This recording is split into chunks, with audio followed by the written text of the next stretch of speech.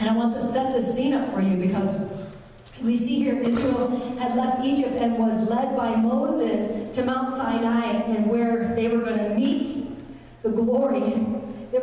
God was going to reveal his glory to them, actually. Look what it says here in 10 and 11. It said, then the Lord said to Moses, go to the people and consecrate them today and tomorrow, and let them wash their clothes, and let them be ready for the third day. So 2 days, there's a preparation, there's a washing of the clothes, there's a consecration. It even says a little bit further that they were to abstain from being intimate with their wives. And it goes on to say on the third day, for on the third day the Lord will come down upon Mount Sinai in the sight of all the people. He was getting ready to manifest his glory, friends. He was getting ready to make himself evident, to make himself visible. That's huge. He was getting ready to show up.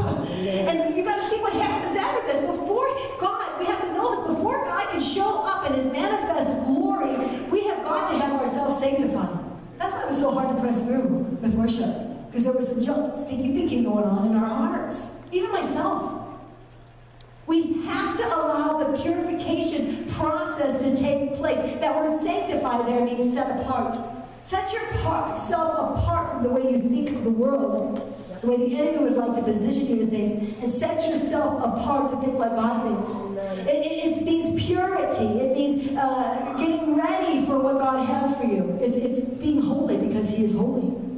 And they had to be ready for the third day. This is such a prophetic word for the church today, friends. I believe it because, remember, one day is like 1,000 in heaven, right?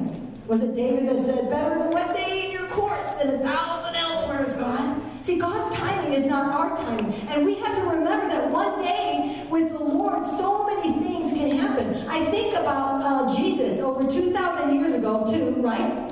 It was over 2,000 years ago since Jesus was resurrected, right?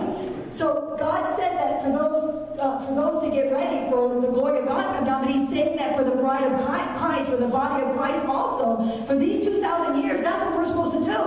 We're supposed to purify our mind, we're supposed to consecrate ourselves, we're supposed to set ourselves apart for the glory of God. We set ourselves apart for preparing for his glory. There's a preparation that takes place that we are involved in. And it's important to God because we are the temple of God. How many of you know this? We're the temple of God. God shows up and he lives in us, but we're the temple of God and he wants to reveal his glory to us. Let's go to 2 Corinthians. I want to go to the New Testament. 2 Corinthians, if we can go there real quick. 2 Corinthians 6. And I want to read 16 through 18 and 17:1. Are you there? Say amen when you all get there. Amen. All right. I don't know why I have such a parched mouth today. Okay, 2 Corinthians 6:16 says, and what agreement has the temple of God with idols? For you are the temple of the living God.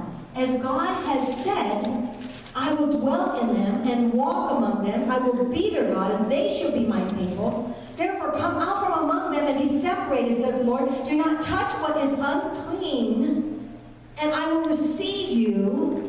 Reserve a place and find you, is what my terminology is. He's going to receive me. He's going to give me a reserved seating. And I will be a father to you, and you shall be my sons and daughters, says the Lord Almighty. And look what verse 7:1 says, therefore, having these promises. What does these promises mean? The thing promise means I will do it. It's not maybe. It's like, like you're good. God says, I'll do it. I will do it. Beloved, let us cleanse ourselves from all filthiness of the flesh and spirit, protecting holiness in the fear of God.